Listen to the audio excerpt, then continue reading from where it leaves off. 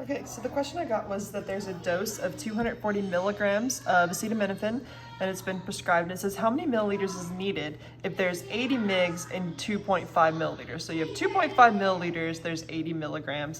And it's like, how many milliliters would you need to hold 240 milligrams? Okay, so the first thing we do is recognize this is a dimensional analysis problem. Even if you don't recognize this dimensional analysis, always rewrite the numbers. It's gonna really help. And remember, if you have a diagonal line, you're gonna wanna write it with a horizontal line. So we wrote it like this with a horizontal line. All right, now this is a thing with 1 unit. These each have 2 units. So when we go to draw our doohickey, our thing with 1 unit always goes there. So we got 240 milligrams.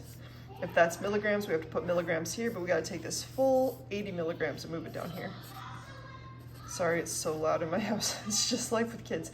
80 milligrams goes down here, and then the 2.5 milliliters go up top. Remember, anything on the bottom gets a division sign, milligrams will cancel. Anything on the top gets a multiplication, so there's many ways you could do this. I like to multiply anything on the top together, so we have 240 times 2.5. And then on the bottom, we're gonna divide it by 80. If we do that, we get 240 times 2.5 divided by 80. And I get an answer of 7.5, and that's it. So 7.5. Now, this number is not currently in scientific notation, so to put it in scientific notation, what we want to do is just multiply it by 10 to the 0. Remember, just for fun's sake, that 10 to the 1 is a 1 with 1 0. 10 to the 2 is a 1 with 2 zeros.